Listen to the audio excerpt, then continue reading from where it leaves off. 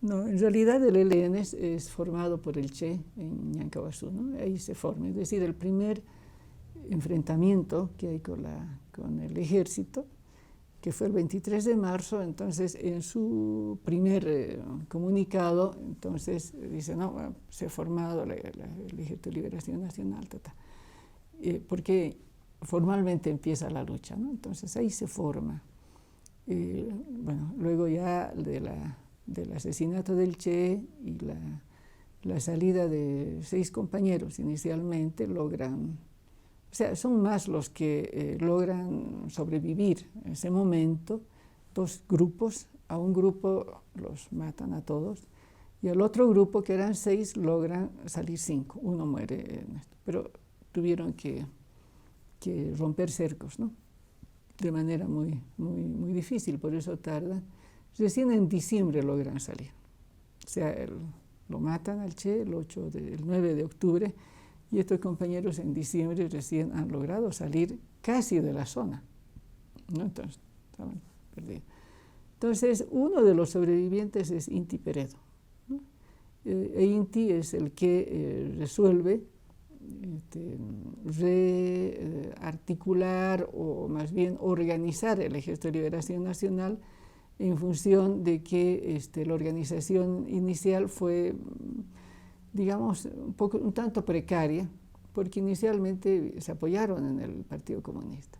Entonces, cuando sale Inti tiene una actitud de desconfianza hacia el Partido Comunista, porque evidentemente le cerraron las puertas, y si bien se apoya en compañeros del PC, eran compañeros, no como partido, ¿no? Entonces, a partir de aquello, y además incorporando a otra gente, reorganiza el Ejército de Liberación Nacional. Entonces, el momento que él sale prácticamente de Bolivia, que ha sido el 68, al final del 68, se emite el documento que se llama el Volveremos a las Montañas, ¿no? Y esa es la primera actividad que nosotros hacemos como nuevos en la red, en distribuir un documento cuando había una represión por todos lados, teníamos terror. Y a partir de aquello se va organizando el ELN con una red particularmente urbana y con compañeros que van viniendo de afuera, porque Inti sale, llega a Cuba, etc. Y había gente, compañeros, que quedaron en medio camino porque tenían que engrosar las filas de Ñancahuazú. Entonces, recupera a esa gente, a muchos de ellos. Entonces, por eso es que la guerrilla de Teoponte tiene un número importante de compañeros argentinos y chilenos. Hay un colombiano, hay un brasilero, hay un venezolano norteamericano, digamos, ¿no? Eso te marca que el ELN tuvo una posición siempre internacionalista, porque el Che nos lo enseñó, ¿no? Pero obviamente tenía que estructurarse la red acá.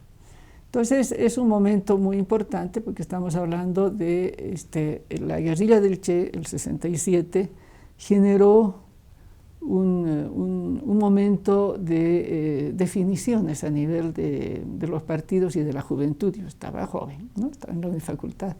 Entonces, ¿no? Un momento en que acá, como en toda Latinoamérica, había un debate, una discusión muy fuerte, y en el caso boliviano, había una lucha muy fuerte, estábamos con Barrientos, se había ilegalizado partidos, se ilegalizaron los sindicatos, las prisiones estaban llenas, y bueno, entonces cuando viene el Che, ese momento, claro, los sindicatos estaban ilegalizados, de tal manera que había persecución. Entonces cuando aparece la guerrilla del Che, y hay toda una estructura, digamos no estructura, sino un contexto político muy movido a nivel internacional y nacional.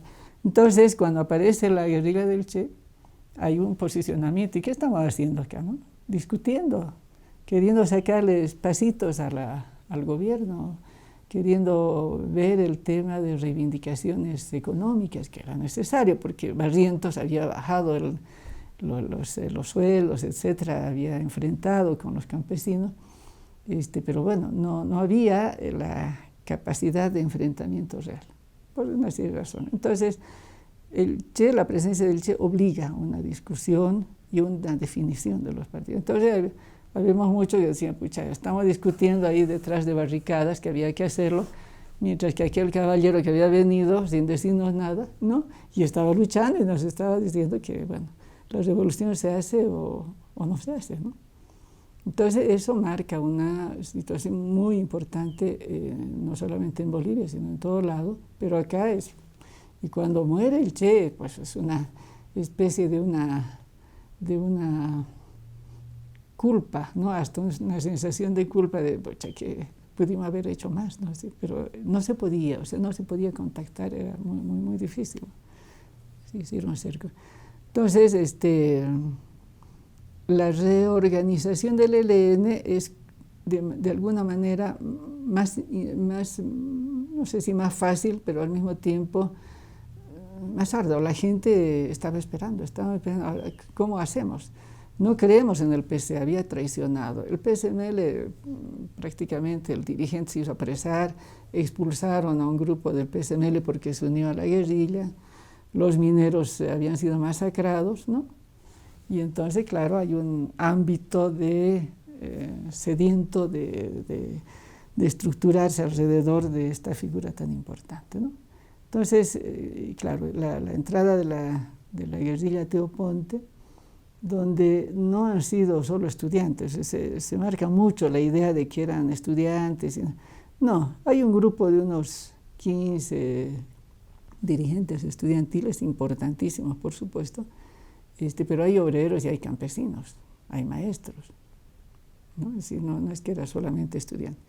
Obviamente marca algo muy particular, y es que, igual que en todos los países prácticamente, los sectores católicos alrededor de la democracia cristiana, ¿no es cierto?, también entran en crisis, ¿no? Que es diferente a la crisis, pero entran en crisis, ¿no es cierto?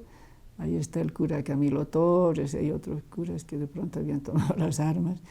Y acá hay un cisma, pues, dentro de la democracia cristiana. Entonces, la democracia cristiana juvenil, digamos, toma el nombre de democracia cristiana rebelde, y ellos son los que engrosan también el Ejército de Liberación Nacional. Entonces, el Ejército de Liberación Nacional marca un hito importante, a nuestro juicio, porque no se traduce en una organización exclusivamente de marxistas. No es un ejército, no es una organización formada por gente de partidos marxistas, sino dirigida bajo la ideología marxista, etcétera, el pensamiento del Che y la Revolución Cubana, pero admite a otros sectores, porque supone que la guerra y la revolución se la va a hacer con todos, donde los campesinos también tienen una parte fundamental, ¿no? Claro, entonces, para alguna gente de izquierda, incluyendo los trotskos, qué barbaridad, ¿no? Que hubiera gente así, no podía ser. Y para nosotros era un salto cualitativo importante entender que la revolución no la van a hacer solo los obreros, ¿no? Que la ideología proletaria es, evidentemente, pero no es exclusivamente aquello. Entonces, los jóvenes universitarios que eran dirigentes, hay un momento, se hizo la revolución universitaria, las universidades, particularmente la de acá, era un espacio libre, un territorio libre, donde no pasaban por la vereda un solo militar, es decir, no tenían que pasar al frente. Por eso es que se intervenía tan fuertemente. Las reuniones se hacen en la universidad. Hay una revolución universitaria, pero muy importante. Y entonces, claro, el manifiesto de los universitarios, que no sé si ustedes han visto, es bien claro, ¿no? Y una parte dice, hasta aquí nosotros hemos luchado, pero nos hemos equivocado grandemente, porque nos hemos dado cuenta que las universidades tienen un papel, pero la revolución no se va a hacer a partir de las universidades, ni en las universidades, sino tiene que ser. Es muy importante, ¿no? Y con eso marca, y no estamos yendo a la guerrilla, ¿no? Entonces, la salida, ese frente que terminó siendo un desastre, estaba apoyado por una red urbana, ¿no es verdad? Y rural, pero urbana, porque había el otro grupo que iba a entrar de refuerzo, ¿no es verdad? Y entonces, claro, se va estructurando a nivel nacional, hay el departamento donde... Entonces, nuestra actividad, formado parte de la urbana, pero podíamos ser útiles en cualquier parte. Fue una actividad, digamos, de reclutación, de formación, de logística, de apoyo, de infiltración, de inteligencia, etc., ¿no? Entonces había mucho que hacer, muy importante. Y ahí estuvimos, ¿no? Hasta que vino el golpe de Banzer, que nos persiguieron muchísimo, nos rearticulamos a pesar de todo, fuimos los que continuamos, decidimos con el golpe de Banzer que nosotros no salimos al exilio, no salió nadie, excepto unos 3 que por problema de enfermedad, de embarazo, alguna cosa, bueno, creo que 3 o 4 salieron, los demás nos quedamos. Y seguimos armando y organizando y peleándola hasta que bueno, cayó un muchacho del ELN y delató todo lo que podía. Bueno, persiguieron terriblemente, ¿no? Nos hicieron casi pomada.